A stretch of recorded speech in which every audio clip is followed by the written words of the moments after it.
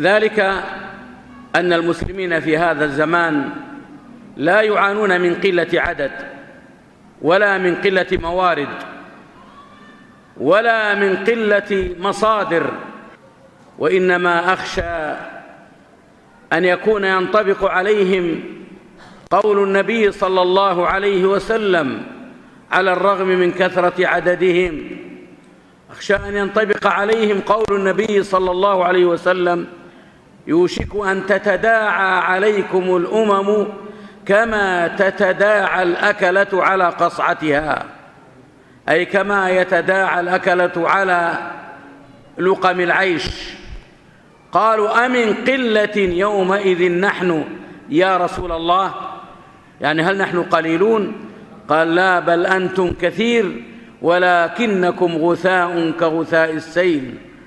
تعلمون الزبد الذي يقذف به السيل غثاء لا فائدة فيه، فكثرة العدد بدون كيان يشبهون غثاء السيل الذي حذر من التشبه به رسول الله صلى الله عليه وسلم.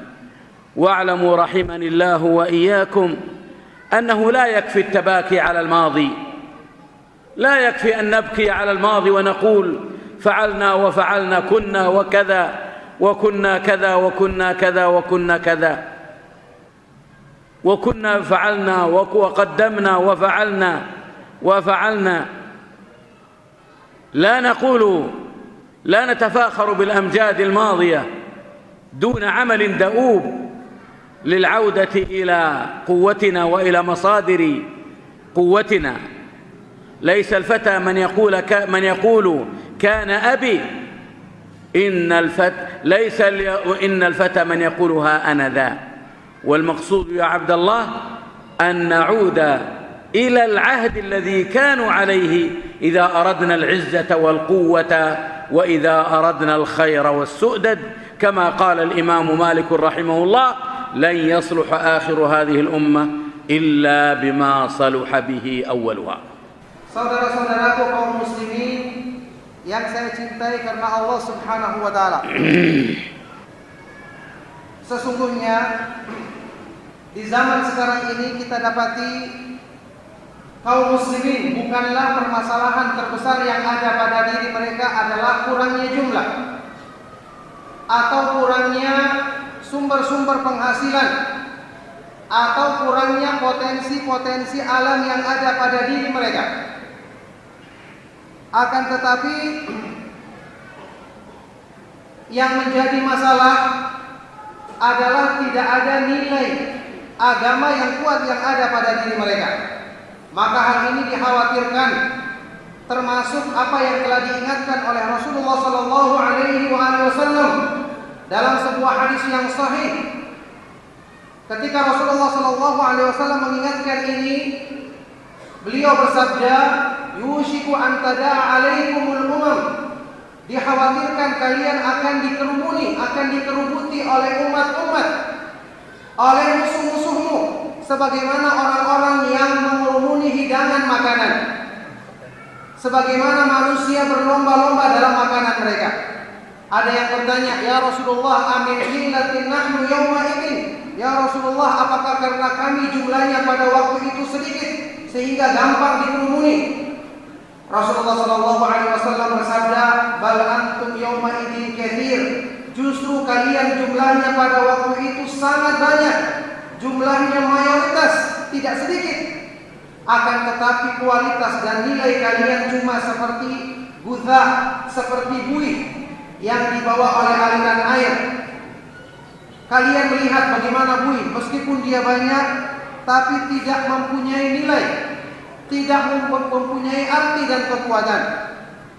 Maka oleh karena itu, di sini kita harus memahami bagaimana jalan untuk mengembalikan kekuatan kita, bagaimana cara atau metode untuk mengembalikan kejayaan kita, untuk mengembalikan kejayaan kaum muslimin, yang dengan itu kita mendapatkan pertolongan dari Allah Subhanahu wa taala. Tidak perlu kita mengatakan atau kita mengingat hal-hal yang telah lalu.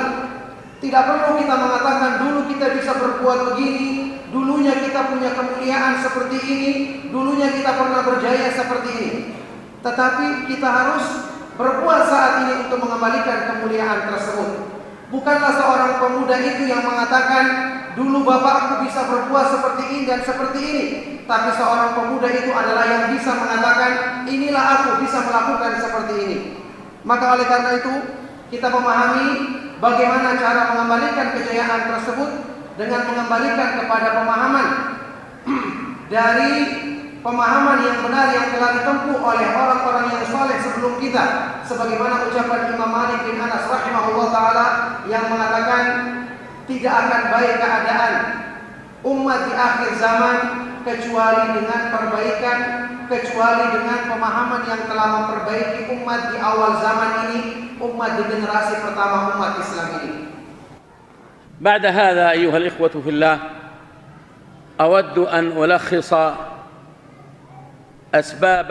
بعض أسباب العزة في نحو 10 نقاط أو تزيد قليلا، وهذا ليس على سبيل الحصر وإنما على سبيل ذكر الأسباب الأهم، وإلا فقد تبقى أسباب كثيرة تجب علينا مراعاتها والتنبه لها.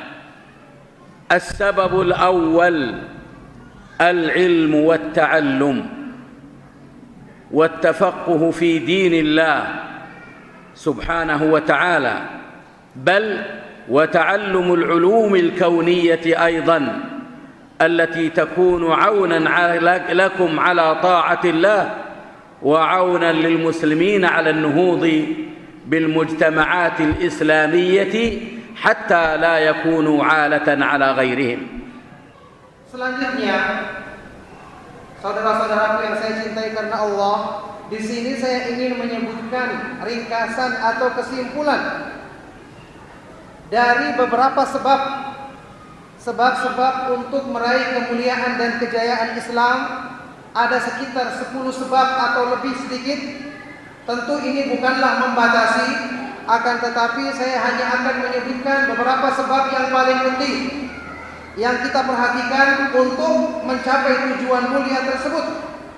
Sebab yang pertama adalah al-ilmu wa ta'allum, belajar agama Allah Subhanahu wa taala, berusaha memahami petunjuk Allah Subhanahu wa taala, termasuk di sini juga mempelajari ilmu-ilmu dalam urusan dunia yang bermanfaat untuk membantu kita dalam menunaikan ketaatan kepada Allah Subhanahu wa taala, untuk membantu kaum muslimin dalam menyelesaikan perkara-perkara yang berhubungan dengan urusan dunia mereka, untuk memajukan kehidupan mereka dalam urusan-urusan dunia mereka. فالعلم نور يضيء للمسلم طريقه، وإذا جمع بين العلم الشرعي والعلوم المادية المفيدة للمسلمين أضيء له الطريق، فإن العلم نور. يقول الله تبارك وتعالى: ما كنت تدري ما الكتاب ولا الإيمان ولكن جعلناه نورا نهدي به من نشاء من عبادنا. Ilmu adalah cahaya yang menerangi jalan seorang muslim. Maka jika seorang muslim menggabungkan, menghimpun antara belajar memahami ilmu agama, petunjuk Allah dan Rasulnya, juga mempelajari ilmu-ilmu dunia yang bermanfaat untuk membantu ketaatan kepada Allah, maka ini akan menerangi jalan mereka dalam kehidupannya. Ilmu adalah cahaya. Allah Subhanahu wa taala menjelaskan hal ini dalam Al-Qur'an kepada Nabi-Nya sallallahu alaihi wasallam, "Ma kunta tadri mal kitab wal iman, walakin ja'alnahu nuran nahdi bihi man nasya'u min ibadina." Sebelumnya wahai Rasulullah, sebelum turunnya petunjuk Allah wahai Rasulullah, kamu tidak mengetahui apa itu Al-Qur'an, apa itu iman. Tetapi Allah menjadikan petunjuknya sebagai cahaya untuk memberikan penerangan kepada hamba-hamba yang dikehendakinya. والذي يطلب العلم ينال ميزات عظيمة لعلي أذكر بعضا منها. الميزة الأولى أنه يعبد الله على بصيرة، بحيث لا يضع قدمه إلا حيث يجب أن توضع، فلا يعبد الله بالجهل. قال الله عز وجل: قل هذه سبيلي أدعو إلى الله على بصيرة أنا ومن اتبعني وسبحان الله وما أنا من المشركين. فهو يصلي كما صلى رسول الله صلى الله عليه وسلم، ويزكي كما زكى، ويحج كما حج، ويصوم كما يصوم، ويوحد قبل ذلك كما وحد الله سبحانه وتعالى، لأنه يبني عبادته على نور من الله وبرهان. وهذا هو معنى قول التابعي الجليل طلق بن حبيب رحمه الله تعالى عندما جاءه جماعة فقالوا: أيها الشيخ، لقد ظهرت قبلنا فتن، لقد ظهرت قبلنا فتن، فما المخرج منها؟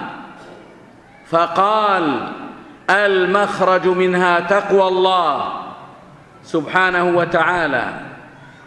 ثم قالوا له: صف لنا التقوى. قال: التقوى أن تعمل بطاعة الله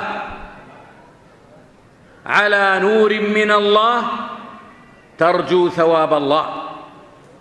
أن تعمل بطاعة الله على نور من الله ترجو ثواب الله، وأن تترك ما حرم الله على نور من الله تخاف عقاب الله. بمعنى أنه لا يعمل عملا إلا إذا كان له دليل من كتاب الله عز وجل أو سنة رسوله صلى الله عليه وسلم بفهم سلف الأمة. Seorang hamba yang selalu mempelajari ilmu agama, yang selalu mempelajari petunjuk Allah dan petunjuk Rasulnya Sallallahu Alaihi Wasallam, dia akan meraih beberapa keistimewaan kemuliaan dari sisi Allah Subhanahu Wa Taala. Di antara keistimewaan tersebut, pertama, dia akan beribadah kepada Allah Subhanahu Wa Taala di atas ilmu dan petunjuk yang jelas.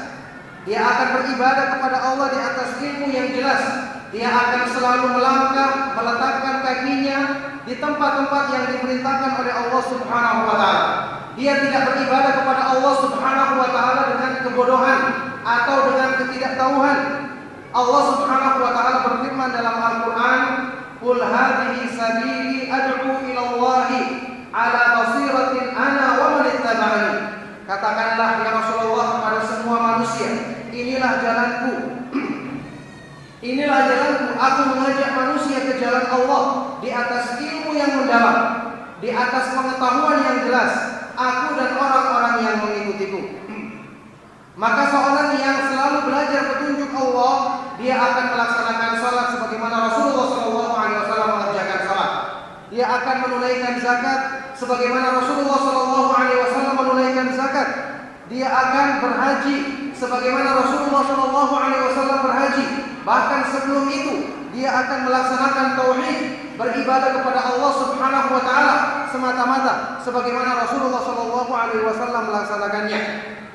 Dia akan selalu beribadah kepada Allah Subhanahu wa taala di atas petunjuk yang jelas, di atas argumentasi yang jelas. Maka ini merupakan keistimewaan besar. Sebagaimana yang disebutkan dalam sebuah riwayat dari seorang tabi'in yang mulia, Talq ibnu Habib, semoga Allah merahmatinya, ketika sekelompok orang datang untuk bertanya kepada beliau. Sekelompok orang datang bertanya kepada ulama besar dari kalangan tabi'in yang mulia ini. Mereka berkata, "Wahai Syekh, sungguh telah muncul di tempat kami fitnah-fitnah yang besar yang bisa merusak agama. Maka bagaimana jalan keluar untuk menghadapi fitnah-fitnah yang merusak tersebut?" Maka Imam Talq ibnu Habib ini berkata, jalan keluar untuk menghadapinya adalah dengan bertakwa kepada Allah Subhanahu wa taala. Mereka kembali bertanya, jelaskan kepada kami apa pengertian takwa itu. Maka Talq ibnu Habib rahimahullah taala berkata, takwa itu adalah an ta'mala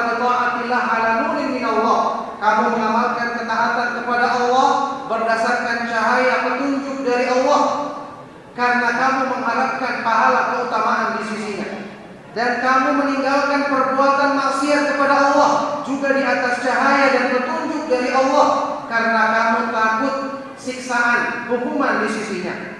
Jadi seseorang itu mengamalkan petunjuk Allah, mengamalkan kebaikan berdasarkan dalil argumentasi dari Al-Quran dan Sunnah Rasulullah SAW, berdasarkan pemahaman para salaf, para sahabat radhiyallahu taala anhum ajma'in. والميزة الثانية التي تميز من يطلب العلم أنه يضاعف له الأجر عند الله تبارك وتعالى، فإن له أجر عمله كما أن له مثل أجر كل من تبعه لا ينقص من أجورهم شيئا. قال رسول الله صلى الله عليه وسلم: من دعا إلى هدى فله مثل أجر من تبعه لا ينقص من أجورهم شيئا.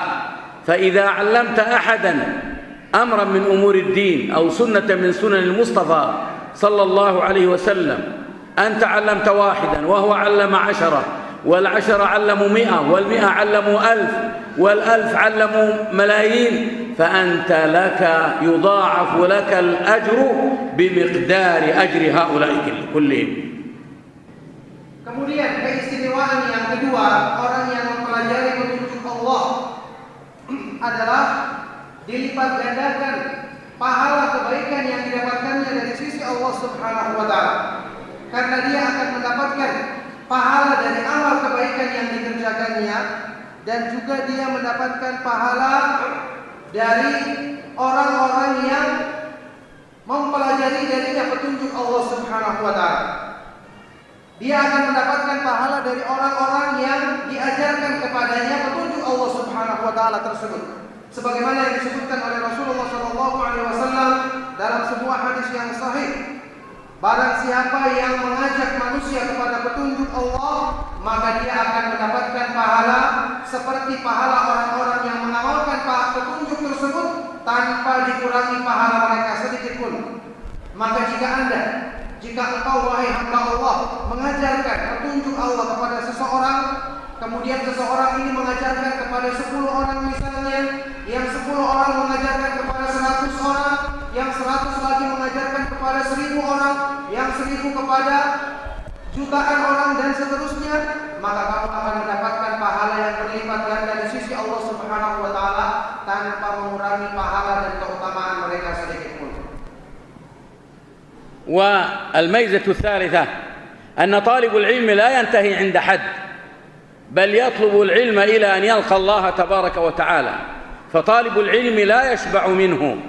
يقول النبي صلى الله عليه وسلم: منهومان لا يشبعان، طالب علم وطالب مال، ولا سيما إن سخره في طاعة الله وفيما يقربه إلى الله تبارك وتعالى. فإن من شعر أنه قد علم فليعلم أنه جاهل تماما. يقول بعض السلف: لا يزال الرجل عالما ما طلب العلم، فإذا ظن أنه قد علم فقد جهل. Kemudian keistimewaan, keutamaan yang ketiga, seorang penuntut ilmu tidak akan merasa bosan ketika mempelajari petunjuk Allah Subhanahu wa taala. Bahkan dia akan terus belajar petunjuk Allah Subhanahu wa taala dan tidak akan pernah merasa puas, tidak akan pernah bosan melakukannya. Sebagaimana sabda Rasulullah SAW dalam sebuah hadis yang sahih, manhuman la yushba'an, ada 2 kegemaran, ada 2 kesenangan yang tidak pernah menjadikan manusia merasa bosan, yaitu orang yang menuntut ilmu dan orang yang berambisi mencari harta. والميزة الرابعة وسنقف عندها وإلا فالميزات كثيرة. الميزة الرابعة أن طالب العلم الذي يعمل بعلمه إذا سلك طريقا يطلب فيه العلم فهو موعود بالجنة. يقول رسول الله صلى الله عليه وسلم: من سلك طريقا يلتمس فيه علما سهل الله له به طريقا إلى الجنة. Kemudian keistimewaan yang keempat, yang ini kami jadikan keistimewaan yang kami sebutkan, yang terangkan yang terakhir, karena banyak keistimewaan dan keutamaan yang lain, yaitu seorang penuntut ilmu yang menjadikan dalam menuntut ilmunya untuk mempelajari petunjuk Allah Subhanahu wa taala, maka dia dijanjikan untuk dimudahkan masuk ke dalam surga. Sebagaimana dalam hadis sahih, Rasulullah sallallahu alaihi wasallam bersabda, barang siapa yang menempuh satu jalan dengan tujuan untuk mencari ilmu, maka Allah Subhanahu wa taala akan mudahkan baginya jalan untuk mencapai surga. السبب الثاني من أسباب عزة المسلمين وتمكينهم هو تحقيق التوحيد وتخليصه من شوائب الشرك والبدع والمعاصي، بل والبدء به قبل أي دعوة أخرى، فإنه محور دعوة الرسل، وإنه الذي من أجله خلق الله الثقلين الجن والإنس، وما خلقت الجن والإنس إلا ليعبدون، وإنه هو الذي من أجله أرسل الله الرسل وأنزل الكتب، وهلك من هلك عن بينة وحي من حي عن بينة. Kemudian melanjutkan pembahasan atau penjelasan yang sebelumnya tentang sebab-sebab untuk meraih kemuliaan dan kejayaan kaum muslimin. Yang kedua adalah berusaha untuk mewujudkan, merealisasikan tauhid, penghambaan diri kepada Allah Subhanahu wa taala semata-mata, mengikhlaskan ibadah, mengikhlaskan tauhid hanya untuk Allah Subhanahu wa taala semata-mata, menjauhkannya dari perbuatan syirik, perbuatan bid'ah dan perbuatan maksiat. Mendahulukan dakwah, ajakan kepada tauhid sebelum ajakan kepada hal-hal yang lain. Karena ini merupakan inti dakwah para nabi dan para rasul alaihi wassalatu wassalam. Ini merupakan tujuan diciptakannya jin dan manusia, sebagaimana firman Allah Subhanahu wa taala, "Wa ma khalaqtul jinna wal insa illa liya'budun." Tidaklah aku ciptakan jin dan manusia kecuali hanya agar mereka beribadah kepadaku semata-mata. Maka ini merupakan inti dakwah para nabi dan para rasul, tujuan diturunkannya semua kitab-kitab suci dari sisi Allah Subhanahu wa taala, dan dengan inilah binasa orang-orang yang binasa dan akan hiduplah hati-hati orang-orang yang dikehendaki hidupnya oleh Allah Subhanahu wa taala. وأية دعوة لا تنطلق من التوحيد فهي دعوة خاسرة مهما زركشها أهلها، وأي عمل لا يبنى على التوحيد فهو عمل فاسد ولا يمكن أن يكتب له النجاح. قال الله تبارك وتعالى: أفمن أسس بنيانه على تقوى من الله ورضوان خير أم من أسس بنيانه على شفا جرف نار فانهار به في نار جهنم. فلا نلتفت إلى تلك الدعاوى التي تريد أن تجمع المسلمين على غير التوحيد، فإنها دعاوى باطلة ولن يكتب لأهلها النجاح. وإن التوحيد هو الركن الركين والحصن الحصين الذي به تسعد الأمة وبه ترقى وبه تتقدم وبه تنجح دعوتها وبه تستعيد سؤددها. Kemudian kaum muslimin yang kami cintai karena Allah, maka semua seruan yang tidak dilandasi dengan tauhid itu akan menjadi sia-sia dan tidak berarti. Semua amalan yang dibangun tidak dengan tauhid, memurnikan peribadatan kepada Allah Subhanahu wa taala, maka itu amalan yang rusak yang tidak akan membawa kepada keberhasilan. Segala sesuatu yang dibangun di atas selain tauhid tidak akan mendatangkan kebaikan bagi orang-orang yang melakukannya. Allah Subhanahu wa taala berfirman, "Afaman assasa bunyanahu ala taqwa minallahi wa ridwan khairun amman assasa bunyanahu ala syafa jurufin harin fanhar bihi fi nari jahannam." Apakah orang-orang yang menjadikan landasan atau fondasi bangunannya, fondasi amal yang dilakukannya di atas ketakwaan dan mengharapkan keridhaan Allah lebih baik daripada orang-orang yang menjadikan landasan atau fondasi bangunannya di atas tepi jurang kehancuran yang kemudian dijerumuskan bersamanya ke dalam neraka jahanam? Maka tidak akan mungkin ada kebaikan bagi umat ini jika tidak memulai dengan dakwah tauhid, tidak menjadikan landasan kegiatan mereka di atas tauhid penghambaan diri kepada Allah Subhanahu wa taala.